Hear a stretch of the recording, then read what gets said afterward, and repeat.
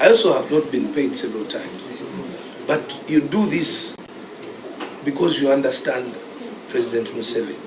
And then later you get paid. So he got in here and there, and then blah, blah, blah, things happen. Fast forward, that issue had something to do with him having a group of artists, which they called regional artists. And then me, my system of working with the NRM on the campaigns, I stand in for established artists. Big artists. Big artists. Because big artists are big budgets.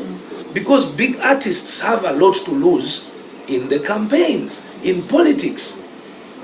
You can't treat a big artist the way you would handle small artists. It's okay for small or regional artists to perform in regions.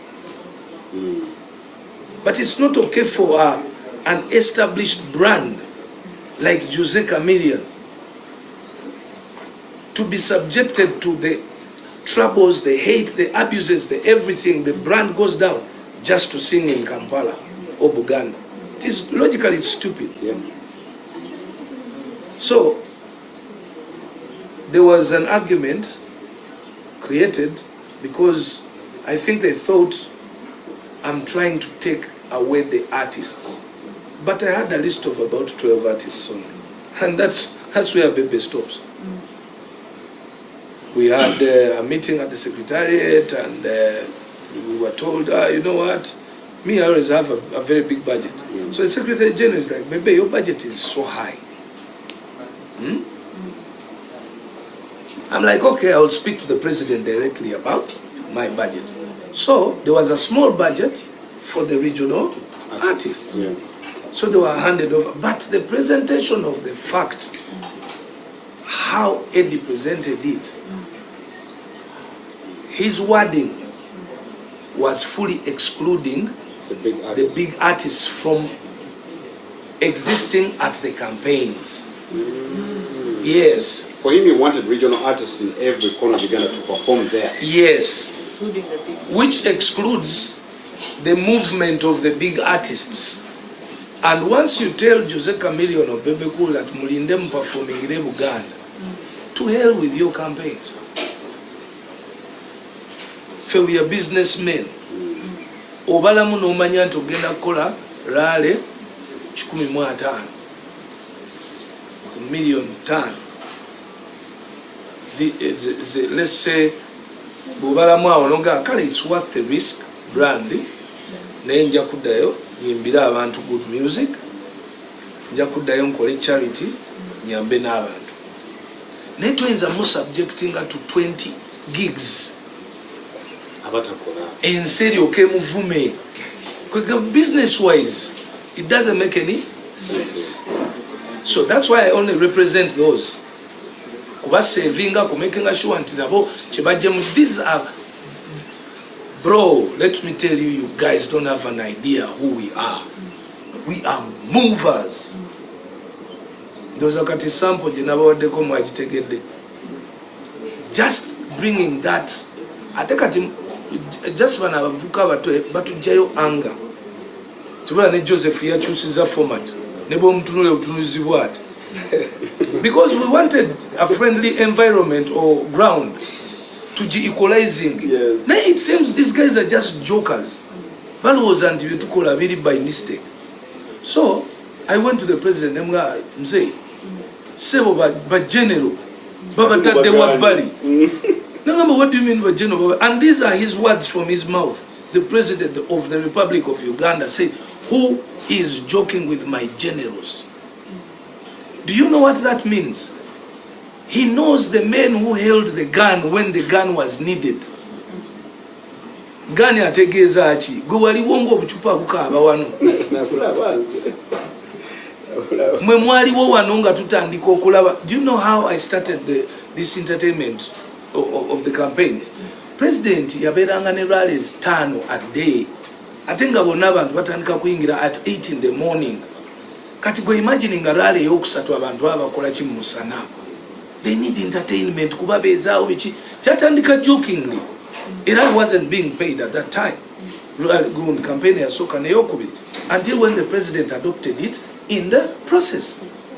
But I also convinced him that Mzee, to tell you budget here, because nothing entertainment fraternity, we be getting that as a job. About what the ntandikwa every 5 years. So, to cut the whole story short, I think it was just hype. Atem mwali mwina mchino Bebe Cool babasudde kati balese ba Edikenzo. The NRM does not drop its people. I know that saying is there. And when I met the president, I was openly seated with Kusasira, Jose Chameleon, with the artist called Munama Saka. I asked him, Mzee, did you say that you don't have a budget for musicians? He said no. I told him, Mzee, how do your generals sit aside and you move on rallies without them? He said, who said that they sit on the side? Then I told him, Mzee, you know, this is what they say, this is what people say about the NRM, that it uses people after it Nebaba Sura. These are my words. So Mzee, it looks bad. But Jino what did Nangamba, but I didn't know anything. I mean, we are talking about the President of the Republic of Uganda. Mamulimu campaign ya chata mbuzachi. Uganda tainza kumanya these minor issues. Agenda okujja kurali atuka n'abayimbi bamaze dokola ki okuyimba. He can't know whether you were there or not. So he told me, so Moses, okay, to cut the whole story short, what do you need? I told him, Mzee, budget eri wait. Manito ina cash. Na infina yentono, I bring the generals in play. So that's why the musicians started from Soroti. Ngababa be a syndicate eri a regional artists eno mu north yonna. So I want you to know, actually I can clearing energy into a for the NRM today. My fellow Ugandans, whether you're a minister, whether you're a rich person, whether you're an artist or not, it is not the character of the NRM to use people and drop them. This is the situation. Most of you people get picked by the NRM. Ngamuino mugaso. Oyingidde nga Bebe Cool, oyina tune, oyimba nnyo, oyina abantu. You start being comfortable because you're inside. And you don't work. Bebe Cool olumalanga abafani bajja babakujjako. NRM nowerabira nti yakufuna lwakuwoli nabaki abagoberezi. Gwe lwaki tolwana nnyo n'osigaza abagoberezi abo olaba oba NRM esokuvaako. This is applicable ne kuba ministers, ne kuba MPs, okay? You refuse to be productive. Then the NRM will see someone else who is more productive and bring them and replace you. Ne bwabera gwe omukozi bwaba tali productive oyo ng'omugjawo ng'oleeta omulala naawe weebuuze Bebe Cool yasobodde atya okusigala nga ali mu NRM ng'ali important ali productive. Gwekola concert ofuna abantu 1,000 nange njikola nenfuna abantu 2,000. Because I don't let my fans down.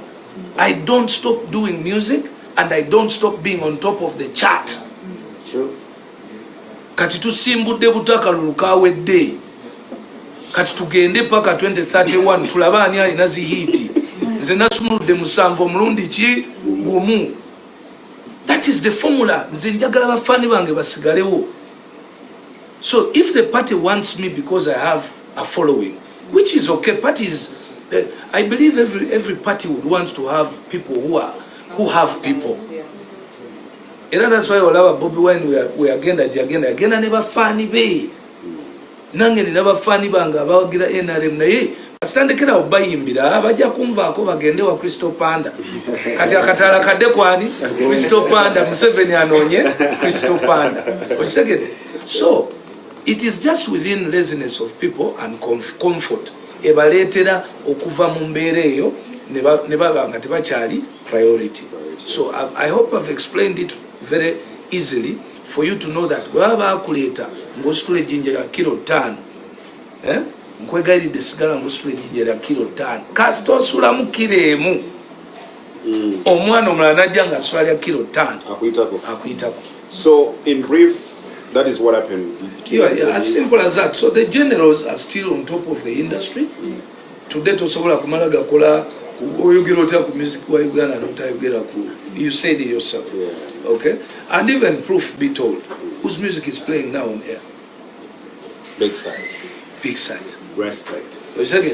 Mwe mwagala twogere muntankula nakulese kwogera sagala nnyo kwogera bintu ate yeewaana no sagala kwogera bintu muyimbi gyala nnyo yeeyogere eri. So your fans are hearing from you. That's why we ask you that. But in brief, you guys are good with Eddie, Madam. No, I don't have a problem. Yes, tetukwatagana because you know young people have a lot of people who are disrespectful in a way. But some of us are parents and you know we move certain pictures.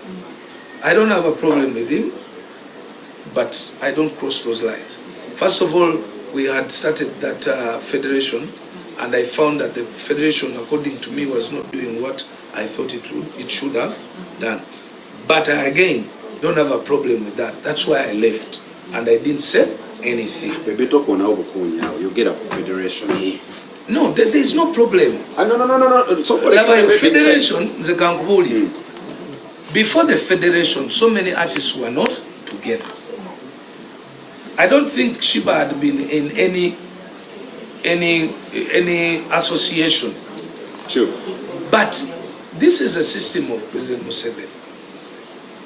If you can get in a group somewhere, then you can get help from government. So that's why I said, together and they can get help from government. That's it for me. Kati gwomulala atayagala ebyo bwe mujeno fe tunonye abali organized bwe muganti muli organized. That's why Cindy yasigala ne association. You know, for the musicians that are listening to us and watching us, it's kind of confusing. You have federation, you have UMA. And I was told you're among the people that initiated those types of federation. There are mistakes. This one I'll tell you, there are mistakes, okay? Because sometimes you can work through mistakes because the world has gone and see a moving. Your issue is not the title of a group. Your issue is your musicians to be in a group so that you can reach them at a goal. But theoretically or structure-wise, it is supposed to be a federation is made of associations. A number of associations together make up a federation. So, meaning that there are supposed to be 1, 2, 3, 4, 5, 6, 7 different associations. So, Eddie created a federation before creating associations, or before associations coming together. That's why Cindy was fighting. So later he had to go back and allow the regions to be in associations to form the federation. That thing was confusing. Yes. So for people like me, nina ebintu bingi nnyo byembeera ndaba ebisobola okugenda wrong. But even if I see wrong, I look for the good. Now, my issue is I need government to be able to reach out to musicians, but it can't reach out to one musician. At least we have in a group never disorganized. You can stay never organizing ampola up to when we get there. But are you at one point impressed with whatever Eddie Kenzo is doing with the federation? Do you see there's something Chako's there right now? Anti-Kati already nkuwadde castigation here. By keeping them together, that's the starting point. Just yetaga ku organizing ye ng'omuntu ne federation ye. Paka lwena atuuka nebanga representing nga bayimbi bonna bali under that federation. Otherwise, everything is a journey. Yep. Okujjako nti ebintu ebibeeramu essente bibeeramu nnyo issues. But I must remind you that when you receive government money, at a certain time X, you have to account. Sure. It may not be in President Museveni's time, but at a certain time X, because federation okozesa sente za government enozikozesa mu structures as expected. So when the president gives you money, just bw'okola ensobi nozirya osozirya n'otambula naye gwe kola ensobi emu mu maaso eyo bagawagawe to accounting ako kabagezi bokka. But it's not what I'm saying that would come, but okwewala ebyo byonna jukira nze nali finance minister mu federation okwewala ebyo nga ndaba tewaliwo structures ntuufu eziyinza okufulumya sente.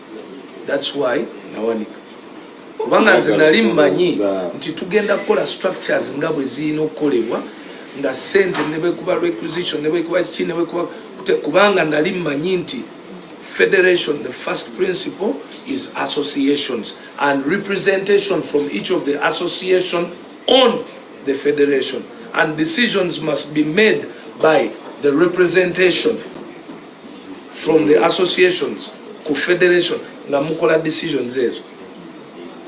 Kati bosoma government bwekola then also kutegeera byenjogera, but unfortunately, of course, most of our young people, they don't know how government works. Yes, we get you, man. Guys, we have so many questions for Big Size Bebe Cool. So I think what we're going to do, we're going to get into a break, and we're going to come back. We have the issue of Jolly Mutes.